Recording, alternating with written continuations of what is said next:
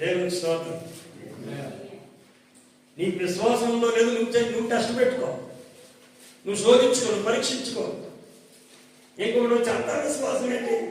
ఇప్పుడు యేసు ప్రభు పరిశీలించారు. ఆయన పడుకున్నట్టుగా శిష్యులందరూ కథలా మాట్లాడుకుంటున్నారు. ఒకరిద్దరేమో ధోని ఆయన అడుగుతున్నారు, ఏమండో మిగతా ఉన్న మాట్లాడుకుంటున్నారు. ఈ లోగట అలలు వచ్చి మీద పడతాయి.